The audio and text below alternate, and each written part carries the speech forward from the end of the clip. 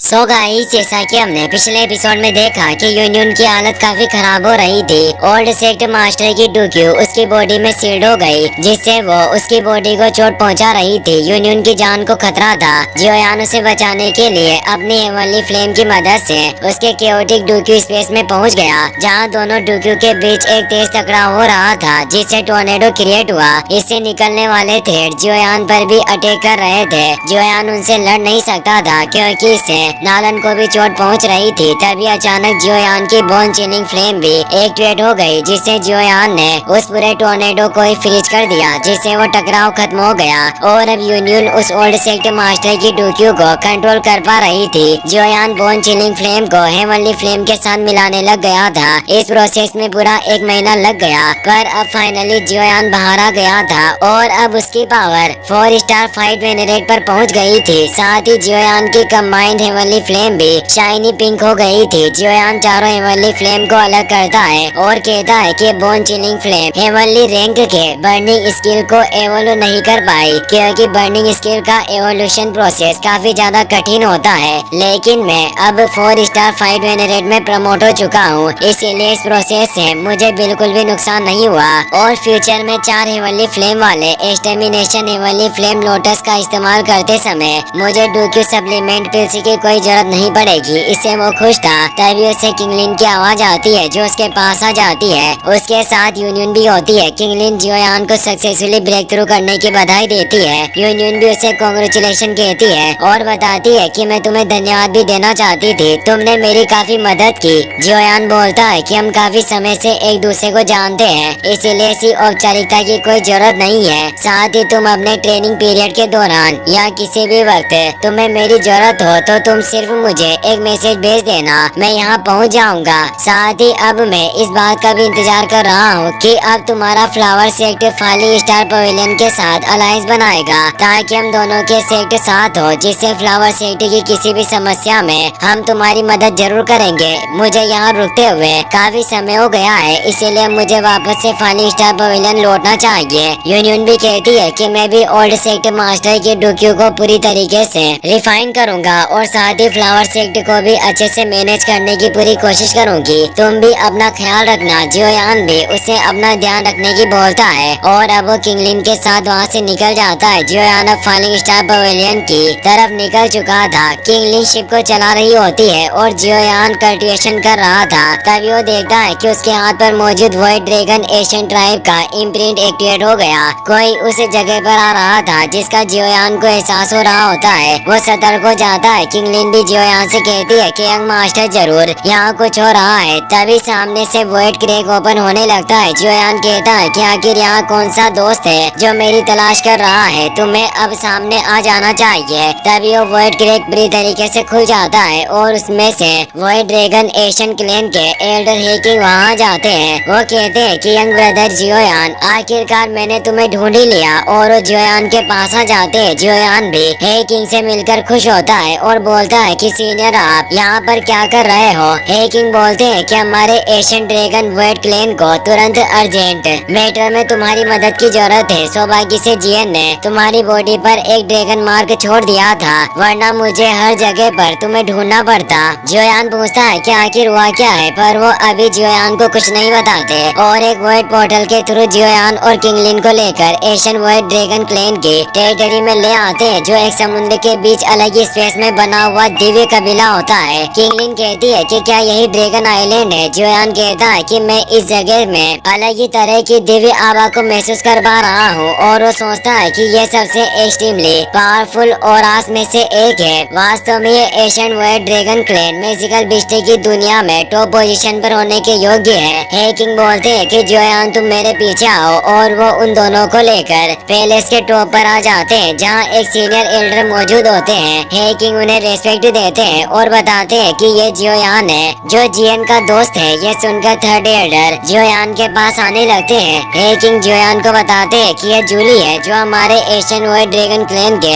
Third Elder है। जियोयान और Kinglin third Elder को रेस्पेक्ट देते हैं। जूली बोलता है कि यंग फ्रेंड जियोयान, हमने अचानक तुम्हें यहाँ बुला लिया। मुझे उम्मीद है कि तुम इस बात की वजह से हमसे नाराज नहीं होगे और हमें दोष नहीं दोगे। जियोयान बोलता है कि जियन मेरी दोस्त है, अगर वो परेशानी में है तो चाहे जो भी हो मैं उसकी मदद करने के लिए जरूर आता। जूली कहते हैं कि तुम्हारे जैसे दोस्त को पाकर वास्तव में जियन का विजन काफी अच्छा है। मैं तुम्हें उसे देखने के लिए लेकर जाऊंगा। और वो जियोयान को लेकर एशियन वॉइड ड्रैगन क्लैन के पैलेस में आ जाते हैं और उसे जियन के बारे में बताते हैं कि वो एशियन वॉइड ड्रैगन कबीले के लीडर की बेटी है। जियोयान बोलता है कि मुझे हमेशा से संदेह था कि जियन की पहचान सिंपल नहीं होगी, पर मैंने कभी उम्मीद नहीं की थी कि उसके पिता एशियन वॉइड ड्रैगन क्लैन के ड्रैगन एम्परर होंगे। थर्ड एल्डर जूली बताते हैं कि बहुत साल पहले ड्रैगन एम्परर अचानक से गायब हो गए थे और जियन भी बिना किसी ट्रेस के गायब हो गई थी, जिससे हम उन्हें ढूंढ नहीं पाए। मुझे यंग फ्रेंड जियोयान तुम्हें तेज कहना चाहिए,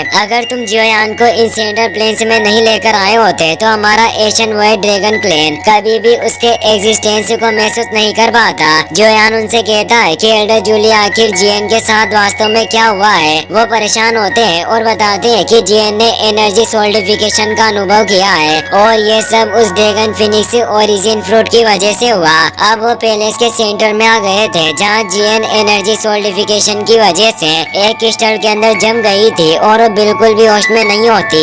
जियोयान और किंगलिन ये देखकर परेशान हो जाते हैं। जियोयान पूछता है कि आखिर ये सब कैसे हुआ।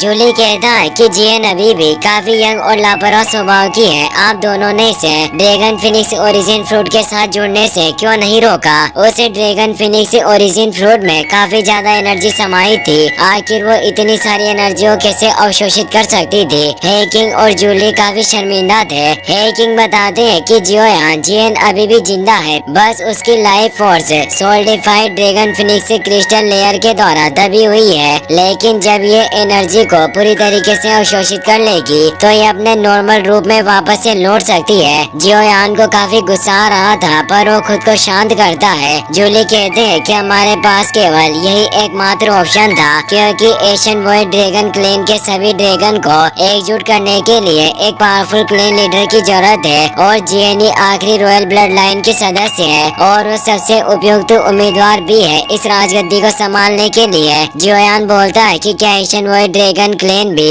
कई भागों में बटा हुआ है। जूली बताते हैं कि जब जियन के पिता यानी सम्राट गायब हो गए थे, कबीले के लोग 4 फैक्शन यानी गुटों के रूप में विभाजित हो गए, जिससे ड्रैगन आइलैंड भी 4 भागों में विभाजित हो गया। हमारा ये east royal Asian void dragon clan जो बाकी सभी आइलैंड को कंट्रोल किया करता था, इसीलिए हम शुरू से ही सभी कबीले को एकजुट करना चाहते हैं, लेकिन सभी कबीलों की ताकत बिल्कुल ही समान है, इसीलिए एशियन वॉइड ड्रैगन क्लैन के बीच लगातार युद्ध चलते हुए आ रहे हैं। इसीलिए हम सिर्फ एक पावरफुल लीडर से ही सभी कबीलों को वापस जोड़ सकते हैं। इस वजह से हमने अर्जेंट रूप से जियन को ड्रैगन फिनिक्स ओरिजिन फ्रूट को अवशोषित करने के लिए पूछा। हमें उम्मीद थी कि वो अपने रॉयल ब्लड लाइन के साथ जल्दी से एवॉल्व हो जाएगी ताकि जल्द से जल्द एशियन वॉइड ड्रैगन क्लैन एकजुट हो पाए। जियोयान कहता है कि आपने मुझे यहाँ पर बुलाया, क्या आप चाहते हैं कि मैं अपने हेवनली फ्लेम से जियन की मदद करूँ। जूली कहते हैं कि यंग फ्रेंड वाकई तुम काफी समझदार हो, तुमने बिल्कुल ठीक अंदाजा लगाया। ड्रैगन फिनिक्स क्रिस्टल लेयर उस ओरिजिन फ्रूट की वजह से ही बनी है, इसीलिए काफी ज्यादा हार्ड है। मैंने भी इसे तोड़ने की कोशिश की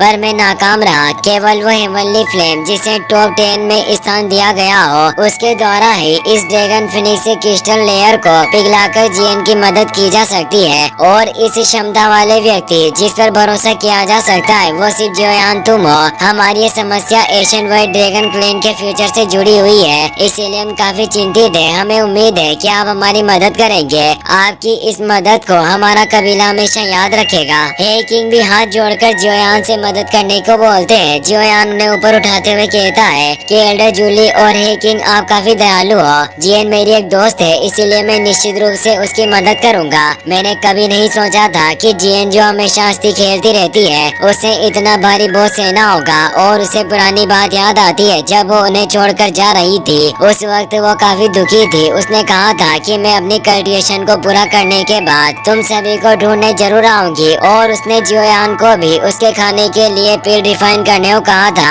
और बताया था कि ड्रैगन आइलैंड का खाना इतना अच्छा नहीं है, इसीलिए मुझे काफी भूख लगी रहेगी। जियोयान दृढ़ निश्चय कर लेता है कि जेल में तुम्हें बचा कर रहूंगा। वहीं अब हमें ड्रैगन आइलैंड के नॉर्थ इलाके में एक हॉल का सीन दिखाया जाता है जहाँ एक ड्रैगन आइलैंड का किंग मानयान मौजूद होता है। साथ ही वहाँ एक और आइलैंड का लीडर नासु आओ मौजूद था, पर नॉर्थ ड्रैगन आइलैंड का लीडर अभी तक वहाँ नहीं आया था, जिससे मानयान काफी परेशान था और वो नासु से कहता है कि हम तीनों ड्रैगन आइलैंड के लीडर इस ड्रैगन आइलैंड पर अटैक करने के लिए राजी हुए थे, फिर भी अभी तक नॉर्थ ड्रैगन आइलैंड का लीडर यहाँ क्यों नहीं आया। तभी वहाँ नॉर्थ आइलैंड लीडर की आवाज आती है। वो बोलता है कि माफ करना, मुझे आने में देर हुई, पर मैं अपनी सभी नॉर्थ ड्रैगन आइलैंड की टीमों को तैयार करके लौटा हूँ। और अब वो एक तेज एनर्जी के साथ वहाँ जाता है। नॉर्थ ड्रैगन आइलैंड लीडर का नाम जियाशा होता है। नासु कहता है कि नॉर्थ ड्रैगन हमेशा देरी से आता है। जियाशा कहता है कि शायद ही हमारे तीनों आइलैंड एकजुट हुए होंगे, पहली बार हम साथ मिलकर काम करने वाले हैं, इसीलिए मुझे पूरी तैयारी करनी पड़ी ताकि हम असफलता से बच सके। नासु कहता है कि वो एक अकेला ईस्ट ड्रैगन आइलैंड है और हम 3 ड्रैगन आइलैंड के लोग, आखिर वो हम तीनों ड्रैगन आइलैंड की पावरफुल फोर्स का